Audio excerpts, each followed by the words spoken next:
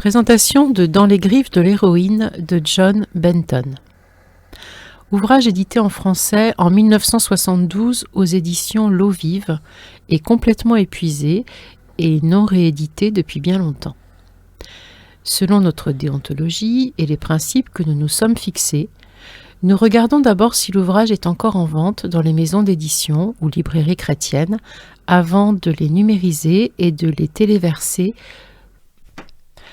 comme livre numérique sur notre site internet médiathèquechrétienne.fr.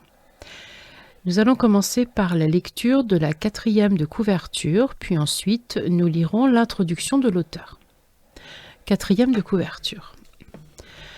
Pour échapper à la brutalité de son père, Carmen quitte la maison. Une amie lui offre l'hospitalité et l'initie à la pratique des stupéfiants.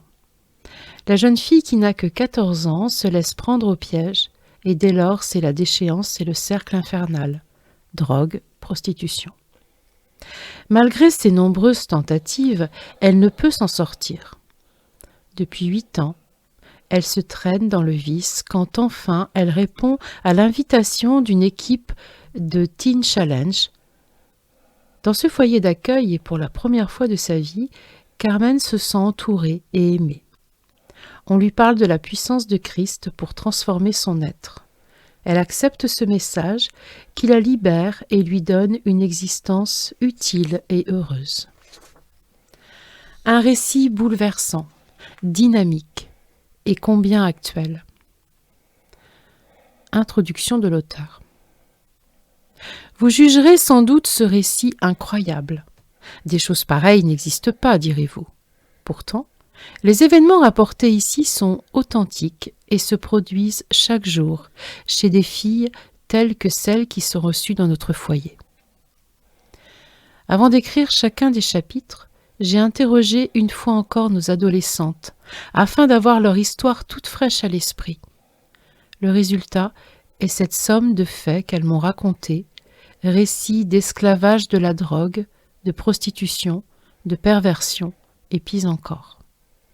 Mais c'est aussi une histoire de pardon, le pardon de Christ, si profondément qu'une adolescente est plongée dans les abîmes du péché, elle peut savoir que son passé est pardonné en Jésus-Christ, qui lui donnera la force nécessaire pour aujourd'hui et la foi pour demain. Pour les obtenir, il lui suffit de les demander. John Benton.